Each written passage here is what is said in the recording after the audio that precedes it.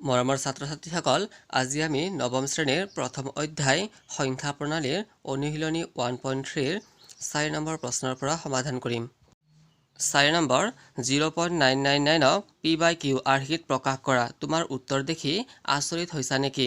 তোমাৰ শিক্ষক আৰু সহপাঠীসকলৰ লগত এই উত্তৰ কিয় অৰ্থবহ আলোচনা কৰা। 0.999ক p/q আৰ্হিত প্ৰকাশ কৰিব লাগে। প্ৰথমে আমি ইয়াক x বুলি ধৰি ল'ম। ধৰা হ'ল x = 0.999। ইয়াত যিহেতু 9টো বাৰে বাৰে ৰিপিট হৈ আছে, ইয়াত এটা সংখ্যা ৰিপিট হৈ আছে, গতিকে ইয়াক আমি 10ৰে পূৰণ কৰিম। 10ৰে x কৰিলে 10x আৰু ইয়াক 10ৰে পূৰণ কৰিলে এটা ঘৰ দশমিকৰ আগত আহিব 9.99999। এতিয়া এইখিনি সংখ্যা আমি ভাঙি লিখিম। দশমিকৰ আগৰখিনি বেলেগকৈ লিখিম আৰু দশমিকৰ পিছৰখিনি বেলেগকৈ লিখিম। দশমিকৰ পিছত আছে 9 আৰু দশমিকৰ আগত আছে 9, দশমিকৰ পিছত আছে 0.99999। এতিয়া আমি 0.99ক x বুলি ধৰি লৈছিলোঁ, গতিকে ইয়াৰ সলনি আমি x বুলি লিখিম। 9 + x, এইখিনি সলনি আমি x বুলি লিখিলোঁ। এতিয়া সমান চিহ্নৰ সেইফালে xটো প্লাছত আছে, এইফালে আহিলে মাইনাছ হ'ব। 10x - x = 9। 10xৰ পৰা এটা x গ'লে 9x থাকিব। 9টো xৰ লগত পূৰণ হৈছে, সমান চিহ্ন এইফালে গ'লে 9টো হৰণ হ'ব।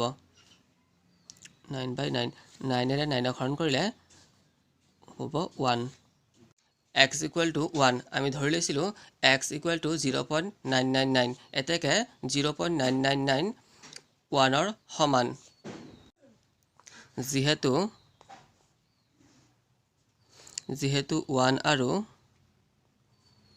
0.999ৰ মাজত কোনো ব্যৱধান নাই, এতেকে 0.99999 আৰু 1 সমান। 5 নম্বৰ 1/17ৰ দশমিক বিস্তৃতিৰ পুনৰাবৰ্তিত গোটটোত আটাইতকৈ বেছি কিমানটা অংক থাকিব? হৰণ পদ্ধতি অৱলম্বন কৰি উত্তৰৰ সত্যতা পৰীক্ষা কৰা। উত্তৰ 1/17ৰ দশমিক বিস্তৃতিৰ আটাইতকৈ বেছি পুনৰাবৃত্ত অংক থাকিব 16টা। ইয়াত ভাজকত 17 আছে, গতিকে আটাইতকৈ বেছি পুনৰাবৃত্ত অংক থাকিব 16টা। ইয়াত ভাজকত যদি 20 থাকিলে হয়, তেতিয়া আটাইতকৈ বেছি পুনৰাবৃত্ত অংক থাকিলে হয় 19টা। এইখিনি আমি হৰণ কৰি এইখিনি পাইছোঁ। 6 নম্বৰ যদি p আৰু q অখণ্ড সংখ্যা যাৰ একৰ বাহিৰে অন্য সাধাৰণ উৎপাদক নাই, তেনেহ'লে p/qৰ q ≠ 0 আৰ্হিত থকা বিভিন্ন পৰিমেয় সংখ্যা লোৱা যিবিলাকৰ দশমিক বিস্তৃতি পৰিসমাপ্ত আৰু পৰ্যবেক্ষণ কৰা qয়ে কি ধৰ্ম সিদ্ধ কৰিব অনুমান কৰিব পাৰিবানে? ইয়াত 3/4ৰ একৰ বাহিৰে অন্য সাধাৰণ উৎপাদক নাই। একেদৰে 7/8 আৰু 9/10ৰ একৰ বাহিৰে অন্য সাধাৰণ উৎপাদক নাই। 3/4ক হৰণ কৰি 0.75, 7/8ক হৰণ কৰি 0.875, 9/10ক হৰণ কৰি 0.9। ইয়াত 4ৰ উৎপাদক 2 × 2, 8ৰ উৎপাদক 2 × 2 × 2, 10ৰ উৎপাদক 2 × 5।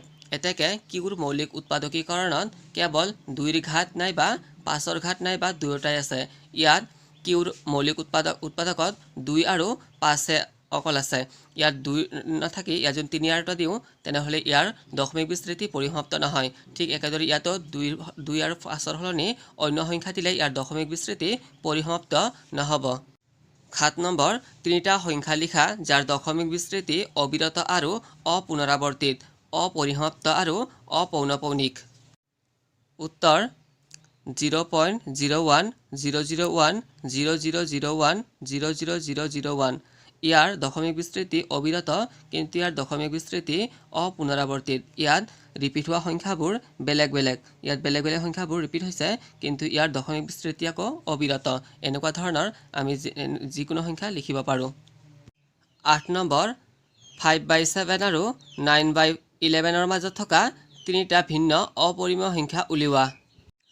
উত্তৰ 5/7ক হৰণ কৰিলে 0.714285 আৰু 9/11ক হৰণ কৰিলে 0.818181 পাওঁ। ইয়াত 71 আৰু 81ৰ মাজত থকা ভিন্ন সংখ্যাবোৰেই হ'ব এই দুটাৰ মাজত থকা অপৰিমেয় সংখ্যা। এতেকে 5/7 আৰু 9/11ৰ মাজত থকা তিনিটা ভিন্ন অপৰিমেয় সংখ্যা হ'ল ইয়াত 71 আৰু 81ৰ পিছত ৰিপিট হোৱা সংখ্যাবোৰ বেলেগ বেলেগ থকা সংখ্যাই হ'ব 5/7 আৰু 9/11ৰ মাজত থকা ভিন্ন অপৰিমেয় সংখ্যা। 9 নম্বৰ, তলৰ সংখ্যাকেইটাক পৰিমেয় আৰু অপৰিমেয় হিচাপে শ্ৰেণীবিভক্ত কৰা। 1 নম্বৰ, √23 অপৰিমেয়, কিয়নো মৌলিক সংখ্যাবোৰ ৰুট থকা মৌলিক সংখ্যাবোৰ অপৰিমেয়, যিদৰে √2, √3 এইবোৰো অপৰিমেয়। 2 নম্বৰ, √225টো পৰিমেয়, কিয়নো 15 দুবাৰ পূৰণ কৰিলে 225 হ'ব, গতিকে √225ৰ বৰ্গমূল 15। বৰ্গমূল থকা সংখ্যাবোৰ পৰিমেয়। 3 নম্বৰ, 0.3796, ইয়াৰ দশমিক বিস্তৃতি যিহেতু পৰিসমাপ্ত, গতিকে সংখ্যাটো পৰিমেয় হ'ব। দশমিক বিস্তৃতি পৰিসমাপ্ত হ'লে সংখ্যাবোৰ পৰিমেয় হয়। 4 নম্বৰ, 7.478478, ইয়াত যিহেতু ৰিপিট হোৱা সংখ্যাবোৰ একে একে সংখ্যা ৰিপিট হৈছে, গতিকে ই পৰিমেয় হ'ব। 5 নম্বৰ, ইয়াত যিহেতু ৰিপিট হোৱা সংখ্যাবোৰ বেলেগ বেলেগ, গতিকে ই অপৰিমেয় হ'ব। ৰিপিট হোৱা সংখ্যাবোৰ বেলেগ বেলেগ হ'লে সংখ্যাটো অপৰিমেয় হয়। ৰিপিট হোৱা সংখ্যাবোৰ একে হ'লে সংখ্যাটো পৰিমেয় হয়।